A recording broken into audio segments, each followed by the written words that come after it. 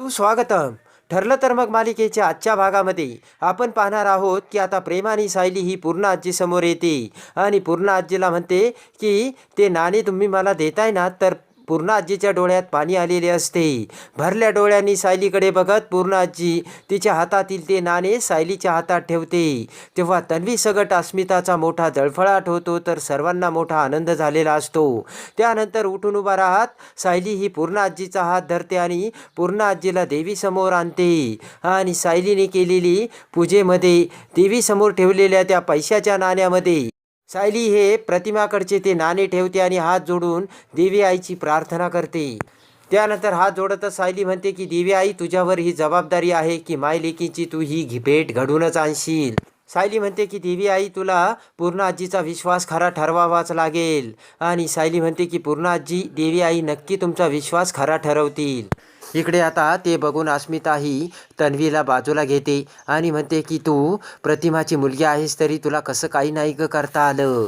तेव्हा तन्वी म्हणते की अगं, हे असे कित्येक लोकांकडे हे नाणे असतील.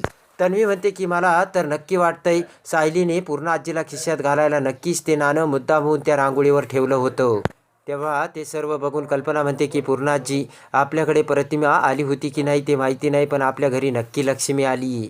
इकडे आता कुसुम ही तिच्या घरामध्ये प्रतिमा येण्याची वाट बघत असते. कुसुम म्हणते की ही कविताताई जर घराचा रस्ता चुकला तर आपल्याला पत्तासुद्धा विचारता येणार नाहीये त्यांना.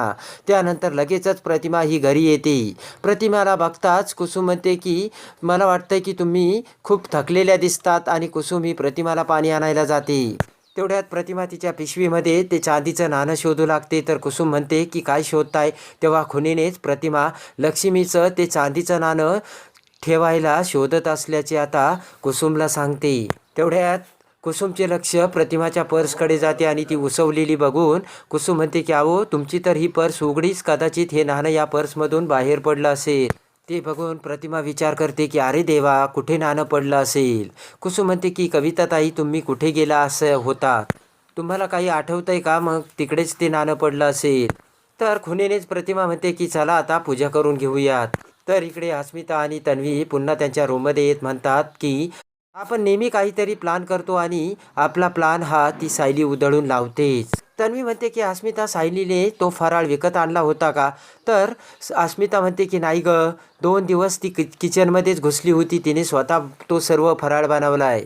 तर इकडे तन्वी विचार करते की पूर्णा आजीसुद्धा तो फराळ बघत म्हणाली की प्रतिमासुद्धा असाच फराळ बनवायची. मग मी आणलेल्या त्या बाईकडून तो फराळ हा प्रतिमाचाच होता, म्हणजे ती बाई प्रतिमाच होती की काय. तन्वी म्हणते की नाही नाही, हे शक्य नाही. किल्लेदाराची बायको अशी रस्त्यावर कधीच फराळ विकणार नाही. प्रतिमा जर खरी परत आली असती ना तर यव्वाना ती घरीसुद्धा आली असती, असा आता तन्वी विचार करत असते. तेव्हा तन्वी अस्मिताला म्हणते की मी हा विचार करते की तन्वी आणि माझा फराळ सारखा सारखा कसं काय. तन्वी म्हणते की अगं अस्मिता, आत्ता माझ्या लक्षात आलं, आश्रमात असताना दरवर्षी मीच फराळ बनवायची आणि त्यावेळी सायली माझ्या अवतीभोवती घुटमळतच असायची आणि तिने तसेच पदार्थ शिकण्यासाठी माझ्याकडून रेसिपीसुद्धा घेतली होती. आणि यावेळी अस्मिता, त्या सायलीने मला सेम टू सेम कॉफी केलंय बरं का, असे आता तन्वी म्हणते. इकडे आता कुसुमच्या घरी प्रतिमा आणि कुसुम दोघीही देवी आईची पूजा अर्चा करून देवी आईला नैवेद्य अर्पण करतात आणि देवी आईचे ताट ओवाळतात. इकडे आता अर्जुन आणि सायली त्यांच्या बेडरूममध्ये येतात. तेव्हा सायलीला आपण कसा दरवाजा उघडला आणि त्या रांगोळीवर आपल्याला कसे चांदीचे ते नाणे सापडले हे सर्व आठवत असते. तेवढ्यात अर्जुन हा सायलीला म्हणतो की मिसेस सायली, मगाशी पूजा करताना काय झालं होतं, ते सर्व सोडून तुम्ही असे दाराकडे का गेलात. सायली म्हणते की त्यावेळेस मला असं वाटलं की कुणीतरी अगदी माझ्या जवळचा माणूस आपल्या घरी आलाय, अगदी माझा श्वास असल्यासारखा. त्यांच्याशी माझी नाळ जोडली गेली, एवढ्या जवळचा माणूस आला असं मला वाटलं आणि त्यामुळे मग माझ्या नकळत माझे पावले कशी दरवाजाकडे गेली तेच मला काही कळलं नाही. तर लगेचच सायली म्हणते की सर, ही गोष्ट मला अजूनही पाठीमागे एकदा जाणवली होती. तर सायली म्हणते की ज्यावेळेस मला चाकू लागला होता ना त्यावेळेससुद्धा मला हे सर्व असं वाटलं होतं की अगदी माझ्या जवळची कोणी व्यक्ती माझ्या समोर आली आणि ती मला ऊर्जा देते, मला उठवण्याचं बळ देते.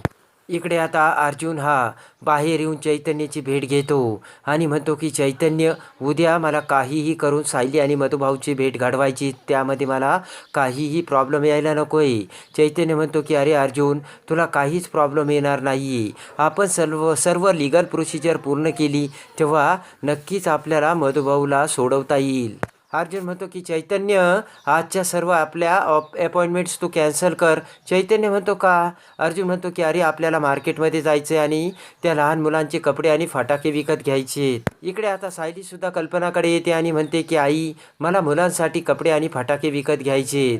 माझ्यासाठी आणि त्यांच्यासाठी ही पहिली दिवाळी आहे ना.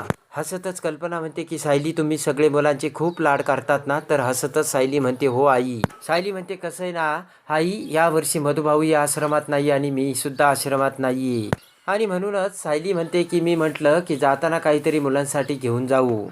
अर्जुनही इकडे चैतन्याला सांगतो की यावर्षी आश्रमातील मुलांचं एक्सपेक्टेशनसुद्धा खूप मोठं असेल, कारण सायलीचा मी नवरा ना तो खूप श्रीमंत आहे हे त्यांना माहीत आहे. अर्जुन म्हणतो की अरे चैतन्य, मी सायलीला यावर्षी आश्रमात दिवाळी साजरा करता येत नाही ना मुलांसोबत, म्हणून खूप वाईट वाटतंय. तर इकडे सायलीसुद्धा कल्पनाला तेच सांगत असते. सायली म्हणते की मी पण त्यांच्यासाठी भेटवस्तू नेले ना, त्यांचा आनंद त्यांच्या चेहऱ्यावर पुन्हा येतो आई. ते ऐकून कल्पना म्हणते सायली, तू दुसऱ्याचा किती विचार करतेस. इकडे अर्जुन चैतन्याला म्हणतो की मला सायलीच्या चेहऱ्यावरील खरा आनंद बघायचा आहे चैतन्य, आणि तो आनंद सायलीला मला आश्रमातच बघता येईल. अर्जुन म्हणतो की मिसेस सायलींची खरी दिवाळी तेव्हा साजरी होईल जेव्हा आश्रमातील सगळी माणसं त्यांच्या सोबत असतील, आणि हे गिफ्ट मी मिस सायलीला काहीही करून देणारच, कारण मिस सायलीने आमच्यासाठी आणि माझ्यासाठी घरातल्यांसाठी खूप काही केलंय. तेव्हा अर्जुनचे ते सायलीविषयीचे मत बघून चैतन्यसुद्धा अवाक झालेला असतो. त्यानंतर आता सायली ही तिच्या बेडरूममध्ये येऊन कपाट उघडते. तर आता तिच्या पर्समधील पैसे घेऊन सायली ही मार्केटमध्ये जायला निघते. तेवढ्यात अर्जुन तिथे येत म्हणतो की मिस सायली, तुम्ही कुठे जाताय का? सायली म्हणते की हो, मार्केटमध्ये जाऊन मुलांसाठी काहीतरी भेटवस्तू घेईल आणि मग मी आश्रमात जाईल. तर अर्जुन सायलीला थांबवत म्हणतो की आज कशाला जाता तुम्ही, उद्या परवा जा ना.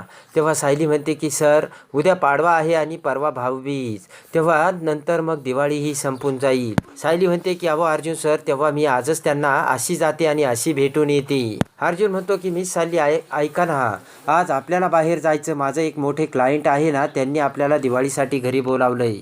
सायली म्हणते की नाही नाही, मी आज बाहेर येणार नाही.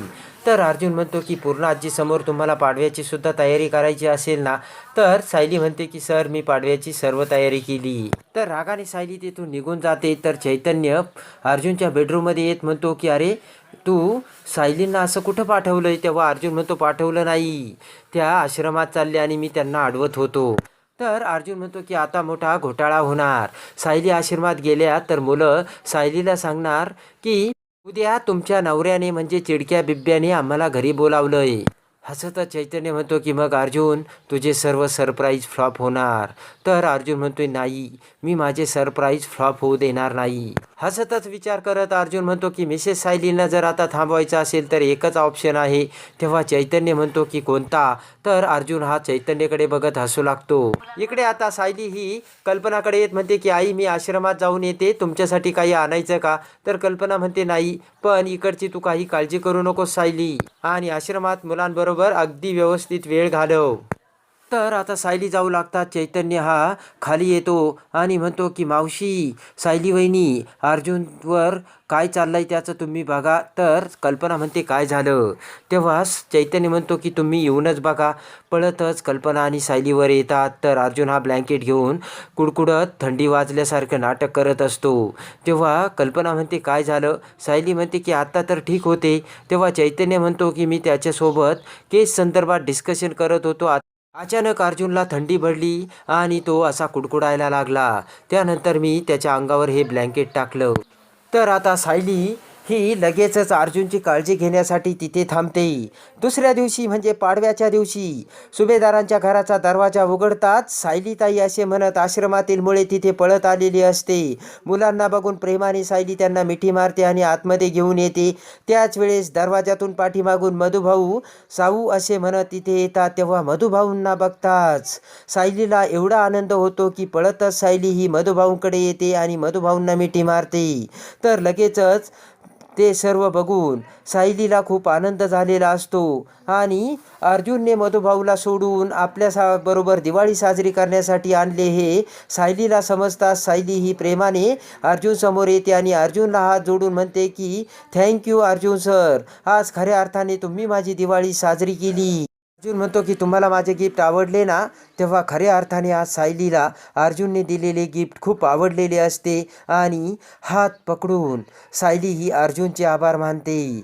तर आता प्रेमाने मुलांसोबत आणि मधुभाऊंसोबत सायली ही कशी दिवाळी साजरी करते हे बघण्यासाठी आणि ठरलं तर मग मालिकेच्या डेली अपडेटसाठी आपल्या चॅनलला लाईक करा, सबस्क्राईब करा.